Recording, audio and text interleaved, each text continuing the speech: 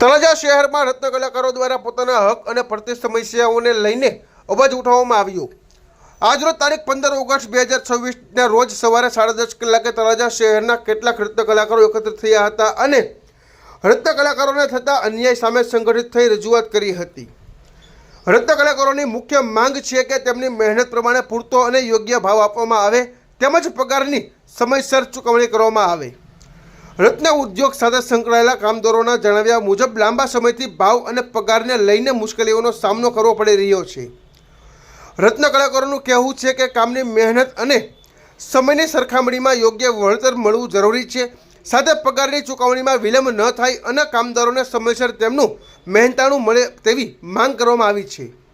આ મુદ્દે રત્ન કલાકારો સંગઠિત થઈ પોતાની માંગણીઓ રજૂ કરી હતી અને યોગ્ય ભાવ તથા સમયસર પગાર મળે તે માટે સંબંધિત વેપારીઓ અને જવાબદાર લોકો સુધી તેમની વાત પહોંચાડવાની માંગ કરી છે। હવે રત્ન કલાકારોની આ માંગ અંગે સંબંધિત વેપારીઓ અને જવાબદાર લોકો દ્વારા શું નિર્ણય લેવામાં આવે છે અને તેમની સમસ્યાનું ક્યારે નિરાકરણ આવે તે જોવાનું રહ્યું। બેન, આપનું નામ? મારું નામ છે આદેશ બારીયા, યુવા કોળી એકતા સંગઠન ગુજરાત પ્રદેશ કારોબારી। અને આજ હીરા ઉદ્યોગની માલપા જે ઓફ જઈ રહ્યું છે ત્યારે કારીગરોને જ્યારે એવું બતાવવામાં આવે છે કે મંદીનો માહોલ છે, પણ ખરેખર તળાજાની માલપાથી કોઈ પણ શહેર લઈ લો, કોઈ જગ્યાએ મંદીનો માહોલ નથી। અને જે વેપારી દ્વારા, શેઠિયાઓ દ્વારા જે મંદી બતાવીને જે નીચા ભાવમાં કારીગરો પાસે શોષણ જે કરવામાં આવે છે, એના માટે અમે બુલંદ અવાજ બનીને આજ હરેક કારીગરોને ખાતે ખાતે જઈને અમે સમજાવવાના છીએ કે જે આ ભાવ તમને નીચા ભાવની માલપા કામ લે છે, પણ અત્યારમાં મંદીનો માહોલ નથી અને ભાવ વધવો જોવે અને 9 રૂપિયાથી તળાજાની માલપા ભાવ સ્ટાર્ટ થવો જો। આ કારીગરો, હરેક કારીગરોની માંગ છે, જેટલા મારી સાથે ઉભેલા છે એ તમામ કારીગરોની માંગ છે કે 9 રૂપિયાથી વધારાનો ભાવ આપવામાં આવે અને મંદીનો માહોલ કરીને અને જે કારીગરોનું શોષણ કરવામાં આવે, આ તદ્દન શોષણ અમે ચાલવા નહીં દઈએ। આ તમને ખાતરી આપીએ છીએ ન્યૂઝ મીડિયાના માધ્યમથી કે આ અમે સાખી નહીં લઈએ। અને બીજા નંબરની રહી વાત એ કે જે કારીગરોના પગાર 5 તારીખની અંદર જે થવા પડે એ એક ખાતાની માલપા 5 તારીખે પગાર નથી થતો, તો એ 5 તારીખની અંદર પગાર કરવામાં આવે। આ ચેટિયા પાસે અમારી અપીલ છે।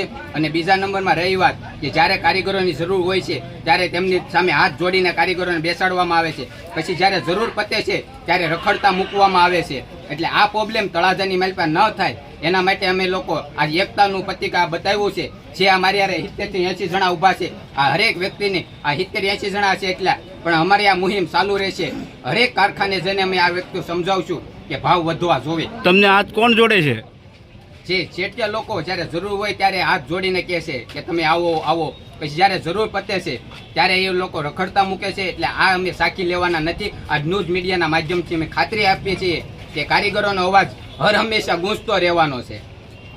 આગળનો કાર્યક્રમ શું છે પછી? જો આ જે કારીગરો છેકના તળિયા સાટીને જે અત્યારમાં કામે બેઠા છે એને અમે લોકો, જો અત્યારમાં અમારે સ્વચ્છ રીતે આ કારીગરોની વેદનાશીલ નહીં બને તો અમે લોકો એમની બંગડીઓ સાથે અમે લોકો એને આપવા જવાના છીએ।